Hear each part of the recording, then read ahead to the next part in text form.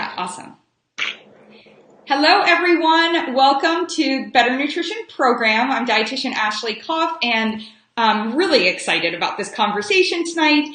If you are watching us and it is not tonight, don't worry that you can get information from my guest, and he's also going to pop in at different moments to see if there are any questions. So keep in mind, whenever you question or put a comment in there, we will get back to you. However, for those of you that are watching us live tonight, first of all, we love to know where you're joining us from. So I happen behind this brick wall is actually beautiful downtown Los Angeles. That's where I'm joining us from. And I'll when I introduce Zach, he'll tell you all about the beautiful weather in Florida. But tonight is the only night that you can be entered to win a copy of the Creation Code, which is Zach's book. So do type in the word better if you are interested in getting that book. You will be invited. You'll be part of a contest, and I always use that like app that helps you figure out random. So I'm not picking who wins. It's a random pick. It's from above. Who knows on that part? And then, as always, if you want to text Better Nutrition, hey Amy, good to see you. If you want to text Better Nutrition to 44222, you can get our Better Nutrition QuickStart guide. So, without further ado, Zach Cordell, I am thrilled that you brought up this topic and brought it to my attention because it's one that I have a lot of conversations with people about. It's one I haven't given as much thought to as you have because I'm really excited to understand your expertise and kind of how all of this has played out. So we'll dive in. Remember, if anyone has any questions, go ahead and put them in the comment section. I'll be curating that. And if you also see me looking down, it's not because I'm sending funny texts or ignoring anything. It just means I'm sharing this over to a couple of pages. Okay. So, my guest tonight, Zach Cordell, author of The Creation Code. Zach, I always like to start with, I do a pre-interview from people. Hello, Candace. I do a pre-interview, and I thought one of the things that you said in your pre-interview just was so rock star. I want to start with that part. You said in there that there is no generic person, so generic diets don't work. And, I think that's said like in a lot of different ways, but that's totally awesome. And so I'd love to know from you what brought you into the world of nutrition and diets and starting to figure out what could work for people. How can we help them do better? Sure. So I guess first, you mentioned your brick wall, but my concrete wall behind that is the Atlantic Ocean. So I'm on the east side. Nice. Florida, and you've got the west side covered, so we're like good to go. We got it all covered tonight. That's right. Right. So what got me into nutrition was I saw my dad have a lot of health complications that could have been rectified had he had different dietary choices. So he was like a professional power lifter. But he was a big guy, muscles and all. And so being able to see what was going on there, he had diabetes and some other illnesses that kind of affected what was going on with his health. And so seeing that kind of piqued my interest in it. Originally, I was going to go into kinesiology to train triathletes. Right. And then I was like, you know what? I kind of like this nutrition stuff. And really got interested in the cultural nutrition, how different deficiencies were happening in different places, how famine could affect different things. And then it transferred into like the Native Americans and the culture that they harbor and the health that they did have until the industrialized food system kind of changed that. And then it morphed into how faith can influence our food. So it's really just like, how does culture influence us? And there's different ways that culture can do that.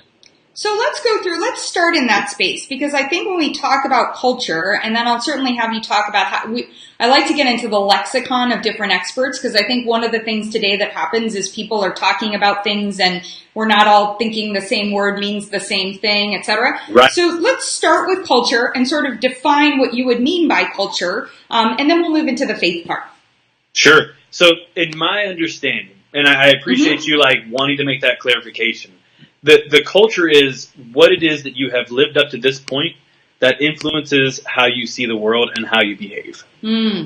Because you can grow up in the country and not be redneck, or you could grow up in the city and still want to be a cowboy, and that's who you ascribe to, and that's the culture that you follow. So those things are going to influence it. So it's not necessarily just a matter of income or of like family upbringing, but it's an all-encompassing who you are based on the life that you've had. And potentially even the life that you want. That right? you want. So it could be aspirational in that way, is what you're saying. Yeah. Yeah. And so when you were starting to look at how culture impacts our nutrition, what were some of the bigger pieces that you identified? So originally I started going into, like I mentioned, the international side of it. That's what I was really heading towards in my undergrad.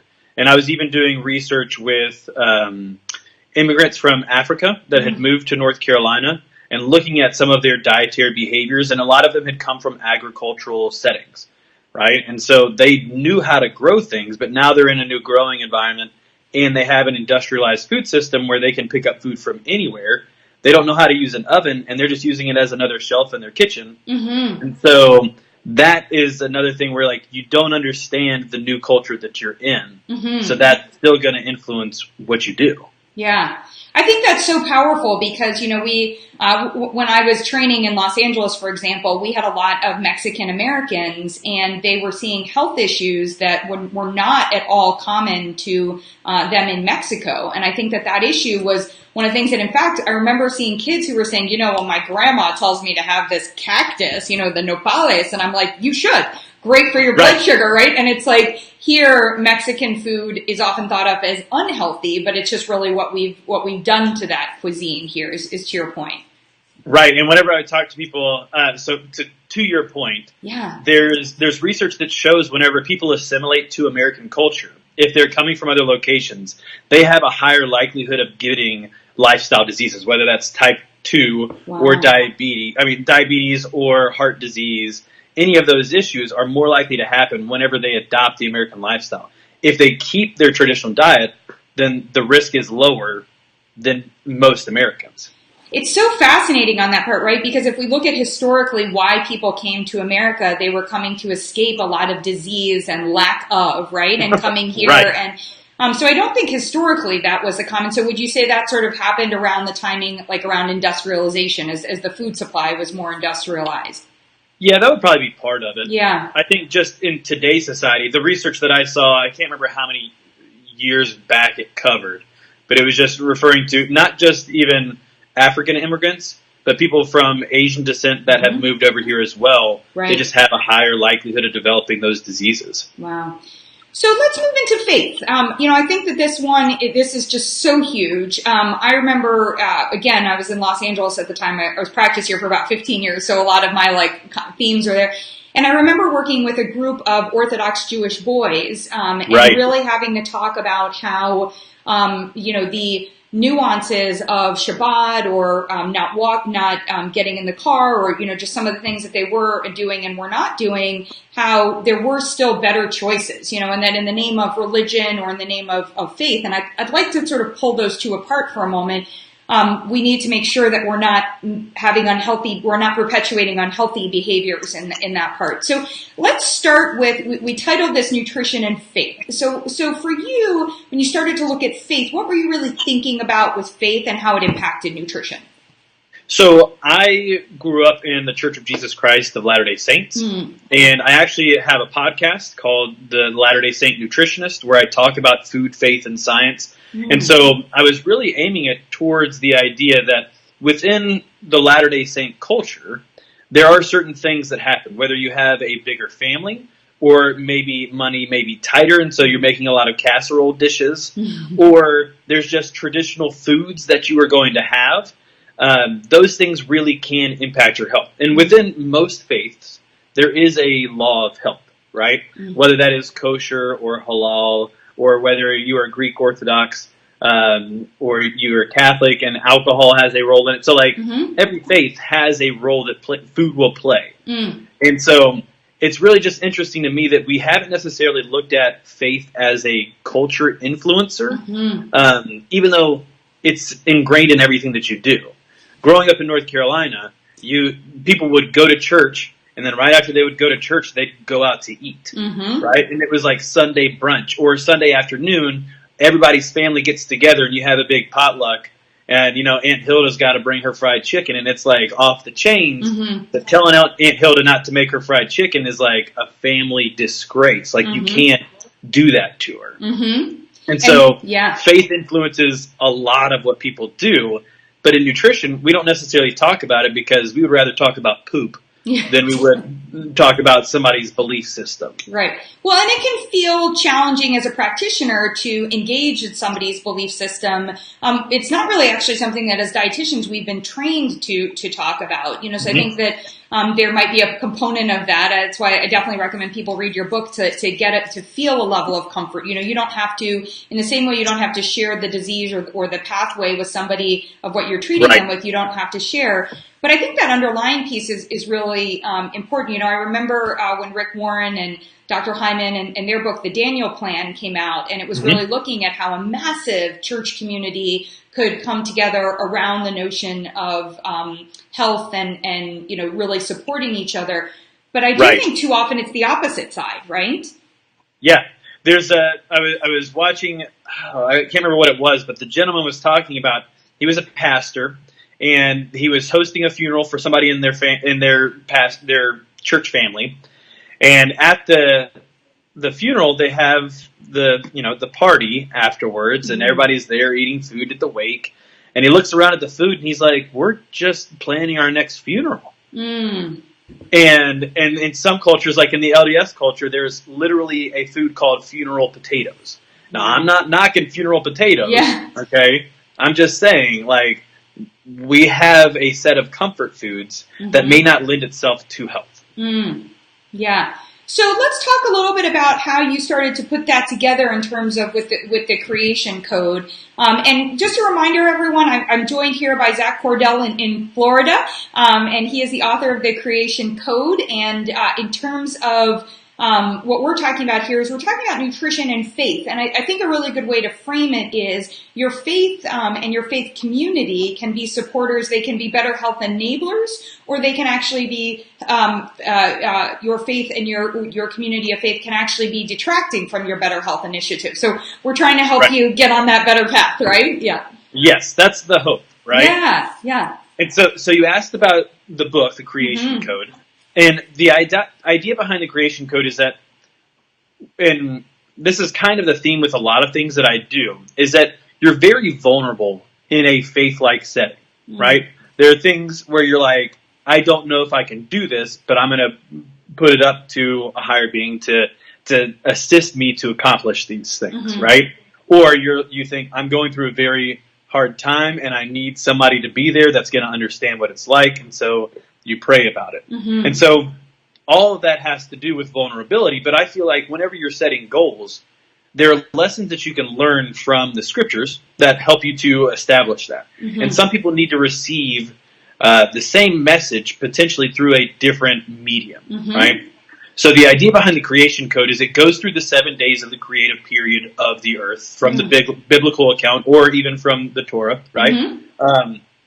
And the idea is that you learn something from each day, whether it's like separating the light and the dark, right? Within separating the light from the dark, you're going to separate what you do want from what you don't want. And sometimes that's the first step, and that's all you really need to do to kind of get you started on that next path. And some people don't know what they do want, but they do know what they don't want. Yeah. Right? And so they're like, I do not want diabetes. Yes. I don't know what I want to do to not get diabetes, but I just don't want diabetes. Yeah. And so it's using the example of the creative period to help people to move through the stages of change model that a lot of medical professionals will use whenever they're counseling to help somebody create the change that they're looking for in their own life. Fantastic. So I just want to shout out on that part. And remember, type in the word better, as Amy has already done. If you are interested in getting a copy of the Creation Code, Zach is giving away one book. So we want to make sure that happens and for one of our live viewers tonight. And, I think that that's a really interesting, what we're talking about is that ability. So also if you're a practitioner watching, and you might be watching this at a better time for you, depending on what coast or what your work life is, it's really, this book is, I highly recommend it as a tool, again, to be able to engage and really understand how you can connect with someone, because most of us are, from a faith standpoint, might be of one religion, maybe have had experience with, maybe one other, but a lot of times our patients have had very different experiences. So, and I want to talk a little bit about that. I think that Judeo-Christianity, so we'll look at, and I apologize in advance, I am very inexperienced in the language around a lot of religion and faith communities, so Sure. learning as I go on that part.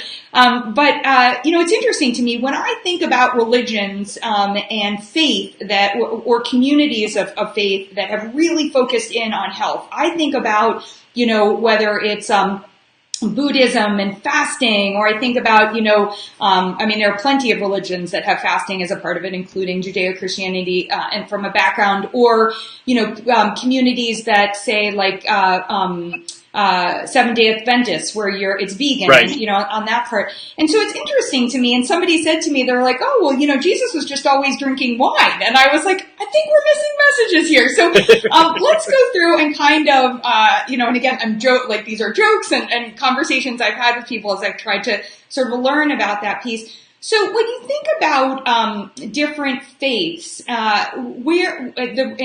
I guess also within Judeo-Christianity, what has been the role of nutrition, or said differently, food and its relationship with the body?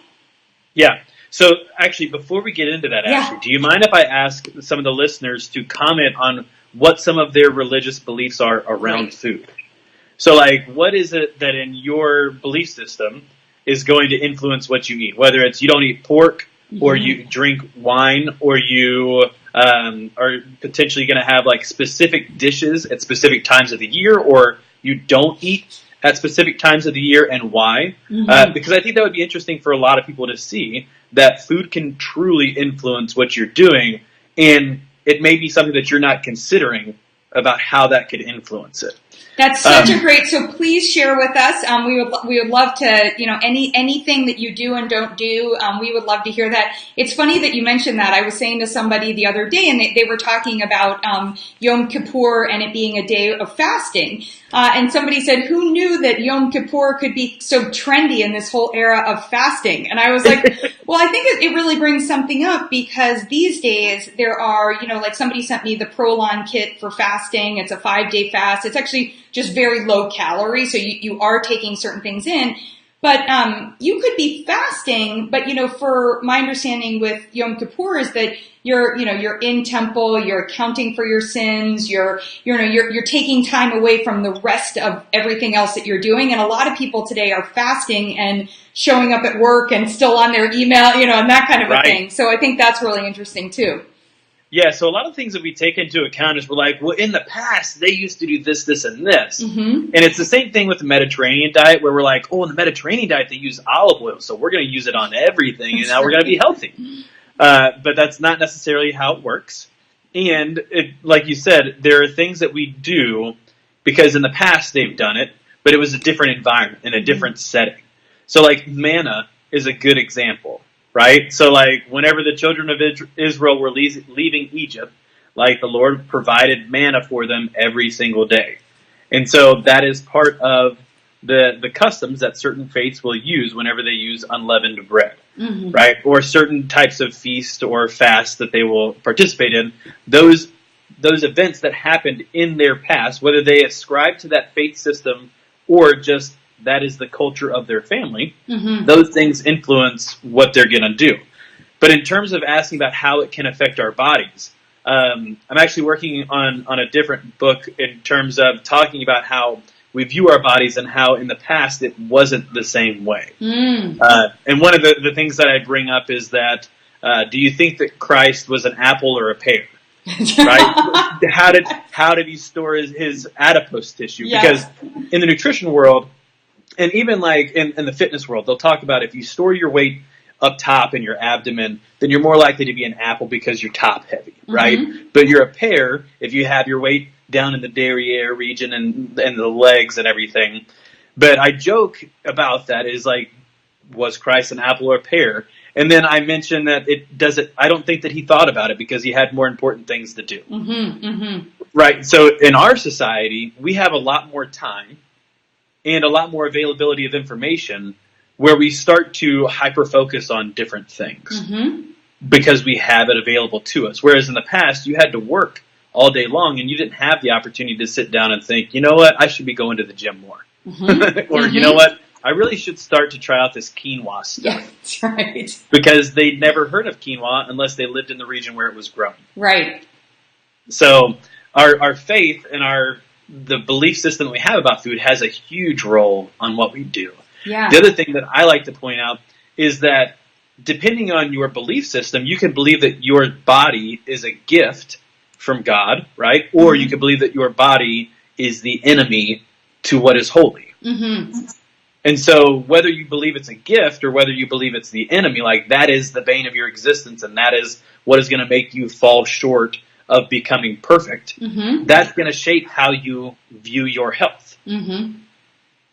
I think it's, and you know, one of the things, and as we're talking, and I'm here with Zach Cordell, author of The Creation Code, dietitian, researcher, nutrition and faith, and as we were just hearing, I love diving into the body image and just also, in a way, it's also like, today are we more focused on a lower level of Maslow's, like on what that food is doing versus on like what we're realizing in our, you know, and the impact that we're having in our community and our world. So it's almost an inversion, which feels really interesting.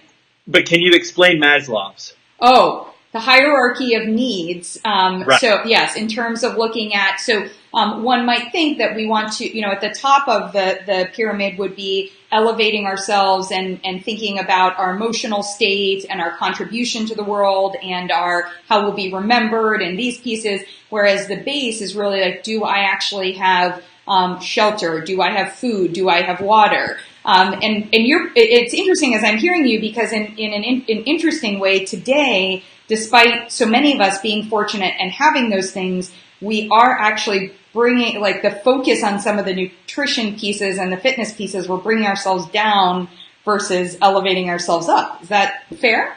Yeah, I mean, that would be a good way of looking at it because with Maslow's laws, like you go through it and you're supposed to move up. Yeah. Right? And you're supposed to become to the point where you're like, okay, I don't have to worry about food because we've got food. Yeah. I don't have to worry about shelter. I've got shelter. I don't have to worry about safety because nobody's coming to attack me. Yeah. Right? So now I can worry about bettering myself through learning or doing better at my job or maybe even starting my own business. And like, I want to be my best self. But instead we're like, but with that food, how do I make sure that food is going to be the best thing for me? Right. And does it need to be organic? Does it have to be non-GMO? Does it have to make sure that it's growing within a 30-mile radius of my house? Yeah. And so like we kind of just like bring ourselves back down rather than elevating ourselves. It's so interesting. It's almost like awareness of the role of food and health. That connection is bringing us further down, but also I would say Instagram is probably bringing us further down in terms of, thank you, Candace. Candace gave a thumbs up on that part. So I want to think about something else. And for me, when I, you know, especially like I've interacted with persons of all sorts of faith and I have people who are atheist, agnostic, and their faith is their spirituality. So I don't want anyone to feel like we're defining it in religious terms. But I do think you brought up poop earlier, so I kind of want to come back to that because I mean, why can't we talk? You know, we're dietitians, of course we're going to talk about poop. But you know, it's pretty hard to sit in your own space and time and. Whether it's meditation that connects you or it's prayer or acts of, you know, it's what you're grateful for. You know, I like to write in a journal. If you feel really bloated or if you're going or things are going in the wrong way and some of these pieces. And so, you know, I think a part of faith is so much about, as you said, people know what they don't want, or said differently, they know when they don't feel well, they are like, that's the hyper focus. So I want to talk a little bit about the role of nutrition and faith in the potential for healing, and get your perspective on sort of as you dove into that, how your nutrition and faith and awareness of it can actually move you along that path towards healing. Yeah.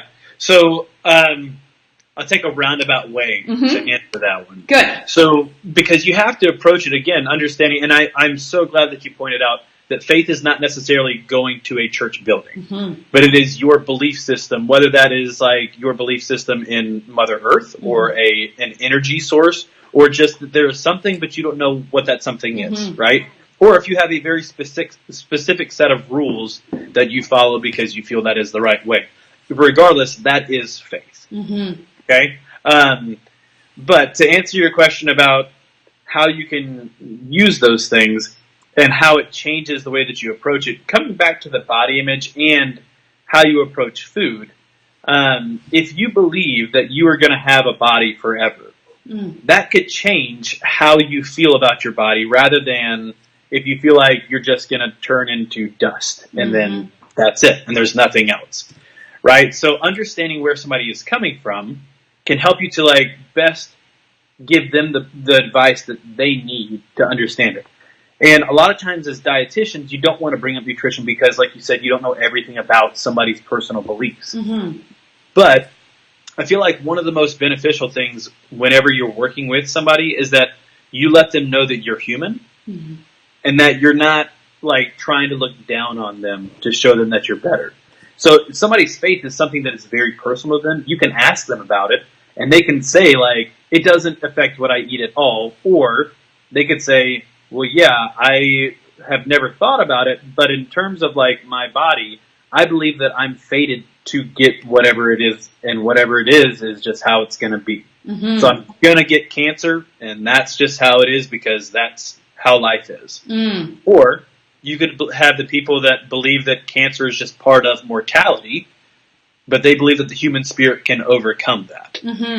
And so, like, again, it's understanding where that person is coming from, because trying to work with somebody that feels like they're fated to get cancer is going to be a little bit different than working with somebody that just believes it happens naturally, right? And so, not that you can't work with either one of them, but understanding those things can help you to make sure that you're being pointed in that approach.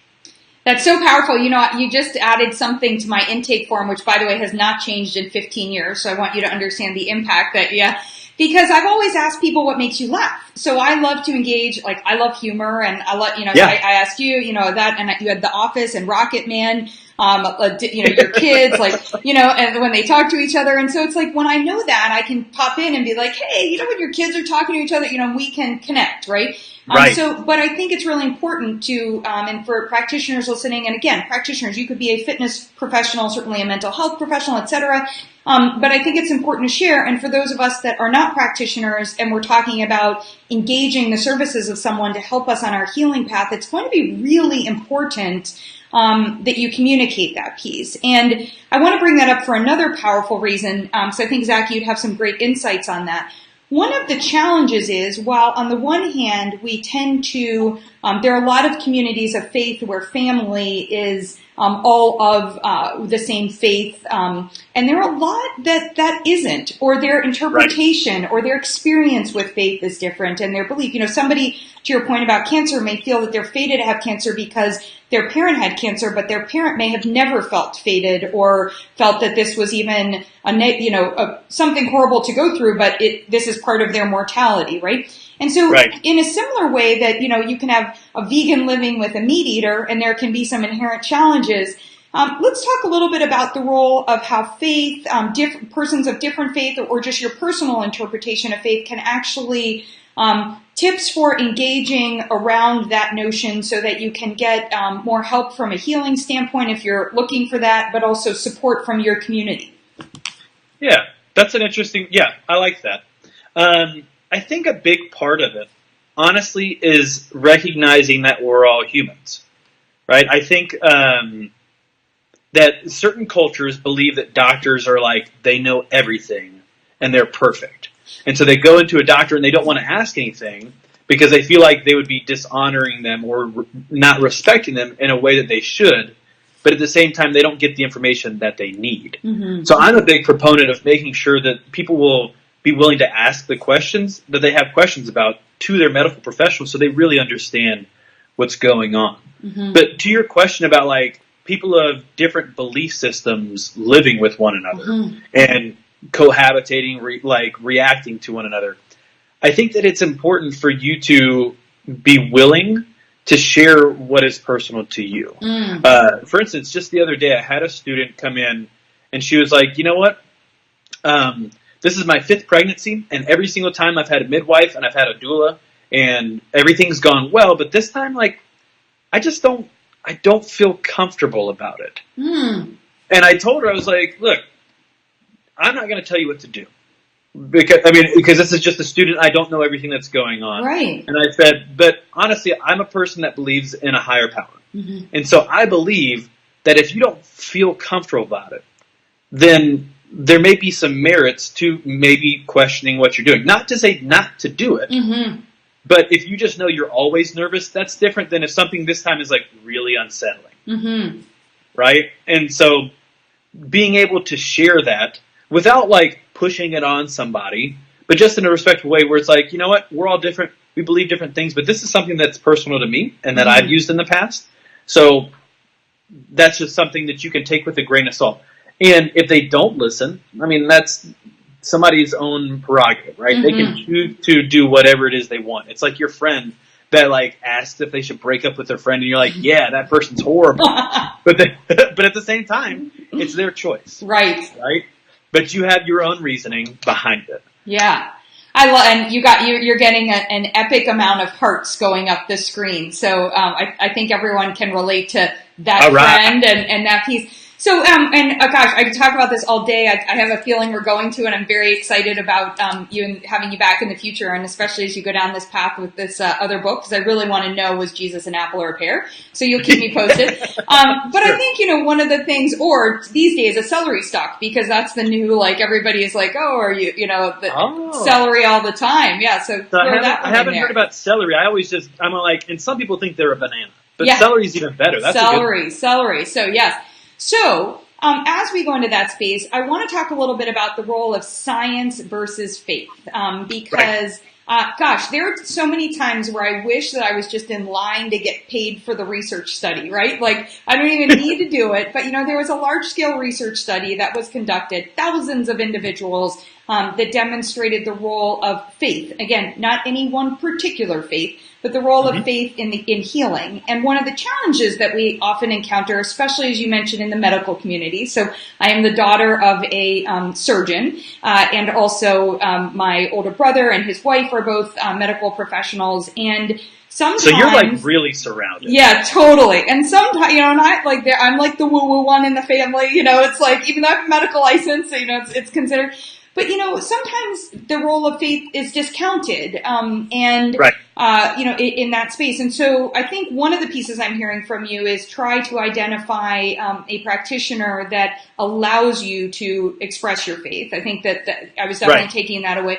But when you were going through both writing the creation code and in your teaching, how do you teach about that sort of intersection between science, like where those two, is it a Venn diagram, are they separate circles, are they overlap? Talk a little bit about that part.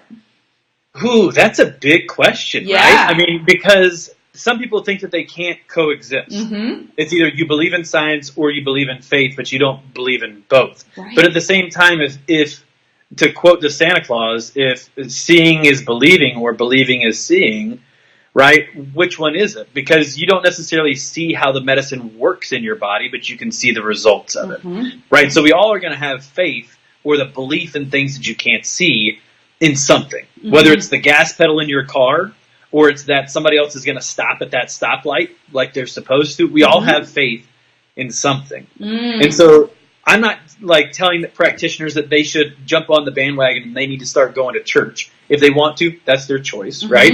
But at the same time, they have to treat the whole person. And you can't necessarily separate that a person is going to come in and they have diabetes, but they're not in a box, right? They have diabetes, but they also have 4 kids, and that can influence how they behave. They also have a job where they're a truck driver, and that's going to influence how they behave. And so we take into account occupation, and we take into account family, and we take into account family history, but we don't necessarily take into account what is driving that person to behave the way that they're supposed to. We just like write a prescription for them, and you say, do this, and they're like, okay. And sometimes they do, and sometimes they don't. But in terms of like mixing food and faith, and science and faith, I think that those things can work together, right? And on my podcast, I focus on using faith and the example of stories that are in faith to explain some of the scientific principles that we use. Give me an example of one. Yeah, so one example would be in terms of Naaman. All right, so Naaman was a general of an army who got leprosy, and so he was told, after getting all these different treatments that he was told to go in and talk to this prophet. Mm-hmm. Okay, so he goes and visits the prophet. The prophet tells him that he needs to wash 7 times in this river. Mm-hmm. And Naaman looks at his servants and he just leaves. He's like, there's no way that I'm washing in that river. That's a dirty river. There are so many better options that I could choose. Why would I not go wash in one of like the clean rivers, mm-hmm. right? Like I could do so many different things. And his servant says to him, if he had told you to do something great and magnificent, where you had to go fight this epic battle, you would have done it. Mm-hmm. But all he's telling you to do is to go wash in this water, mm-hmm. right? So what is the harm in trying it? Mm-hmm. And the same thing with like the brazen serpent that Moses holds up on a staff. And he says, if you look at this serpent, then you will be healed of the illness that you have. Mm-hmm. And people are like, nah, that's too easy, yeah, right? That's right? So I use those examples to teach people that sometimes it's a lot easier than you think. Mm. And you have to wash in the dirty water. Mm-hmm. And you have to eat your fruits and vegetables. And yes, it's not sexy mm-hmm. to eat fruits and vegetables. You want to eat spirulina. And you want to make sure that you're taking your omega-3 fatty acid pills. Charcoal. And so, like, it's definitely charcoal. Activated charcoal, right? Right? So, like, we're chasing after all of these things. But the reality is you just got to go into the dirty water. Mm. So what about the person that looks back on that biblical story and says, it was actually that water had a high amount of copper, and copper actually cures the skin. I'm making this up, everyone, so don't go jump in dirty rivers. But copper, actually cures the body of leprosy. And so him jumping in that water, and the reason people were healed there had nothing to do with their faith. It had to do with the copper in the water. What say ye, sir? Yeah. I think it had everything to do with his faith. Because if he didn't have the faith, he wouldn't have gone in the river.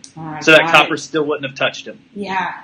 Right? So, I mean, it comes back to you have to have the belief that it's going to do something. Mm-hmm. And I'm not saying that, don't use logic. Because I completely believe that, yes, if there is something that is there that mm-hmm. is going to fix it, then that's what's going to work. But at the same time, that prophet may not have known that it was the copper. Mm. The copper. We're using the copper. We're using the copper. Right.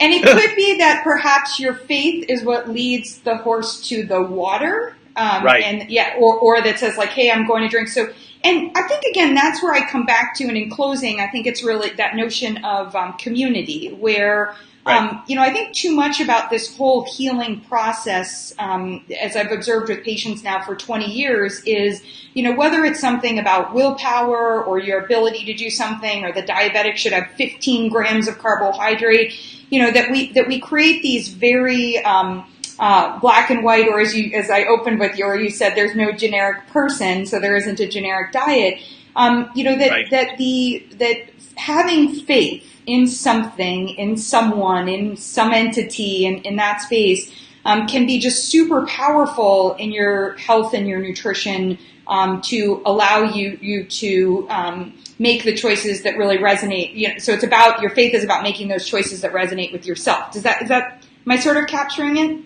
Yeah, and I would even go in to say that, Christ in the Christian lexicon that mm-hmm. you mentioned earlier, he is referred to as the great physician. Right? And you go to him with the biggest problems that you have. Mm. And then you allow things to kind of ruminate, you ponder on it, you meditate on it, you do whatever it is until you can kind of come to peace with that. Mm-hmm. And if you're going to go to a physician, you're kind of giving them the same power, right? You're saying, I need you to heal me. Mm-hmm. Maybe it's not in a spiritual term, but it's more in a physical setting, but you need them to assist you. Mm-hmm. But at the same time, it should be a back and forth. I've been taught that whenever you pray, it's not like ordering pizza, where you just put in your order and then you hang up. It's supposed to be a conversation, mm-hmm. right? And so it's the same thing with your medical practitioner, whether it's a dietitian, whether it's a chiropractor, whether it's a doctor, whether it's a dentist. You should have a personal relationship with them because they know pretty personal things about you. Mm-hmm. I love that. And for those of you, it's one of the reasons I'll bring it back and talk a little bit about the Better Nutrition program just in closing. It's one of the reasons that in creating the Better Nutrition tools and doing these interviews to bring you to experts, what we're trying to do is identify ways to create those relationships. So the tools are ways for you. It might not be fun or even be something that you can remember. I'm pointing to myself on this part. What did I take in enough calcium, or where are all the places I'm taking calcium in? But if I go through and I use that tool and I take that into my doctor or my dietitian, they're going to not just tell me to take a supplement or tell me to eat certain foods, because they're going to know, what I'm taking or what I'm doing. And in an interview like this, the purpose is, one, to introduce you to Zach so that you can grab his book. For those of you that are entering the contest right now, we're going to be closing very soon. So type the word better into the comment section if you haven't done that already, and to be entered to win his book, but also in his podcast, because you may just need a dose of connection to this conversation around, thank you, Gretchen. She said she's saying thank you for the conversation and that it's an awesome conversation. But you may just need a dose on a weekly basis to just check in on, do I have faith that I can that I can heal, that I can be a part of my own healing process? And so, Zach, I'm so grateful to you, and just super excited to the world of Facebook that it connected us, in terms of being able to have you on here tonight. And remind everyone where they can connect with your podcast, because that sounds awesome. Sure. So my podcast is called The Latter-day Saint Nutritionist. Great. It is not solely geared to people of the Latter-day Saint faith. I have plenty of people that listen who are like, I'm not of your faith, and I like it a lot because it just makes me think of things in a way that I hadn't really expected before, and I've made connections that make me understand it better. Right. So it's The Latter-day Saint Nutritionist, and you can find it in iTunes, you can find it in the Google Play Store. If you have Castbox, if you have Stitcher, if you have Spotify, I'm on all of those. You can even say, hey Siri, subscribe me to the Latter-day Saint Nutritionist podcast, and it'll do it. I love it. Magic. Siri, you could have faith that Siri is going to connect you to conversations and information that'll help guide you along this better health path. So that is just awesome. Great. So for those of you that typed in better, we will be very soon, I will be putting your information into the random application that I use to help pick the winner. Best of luck to all of you. Zach, so thank you so much for joining us. For anyone that's interested, this will be housed on the Better Nutrition Program in our videos here on Facebook.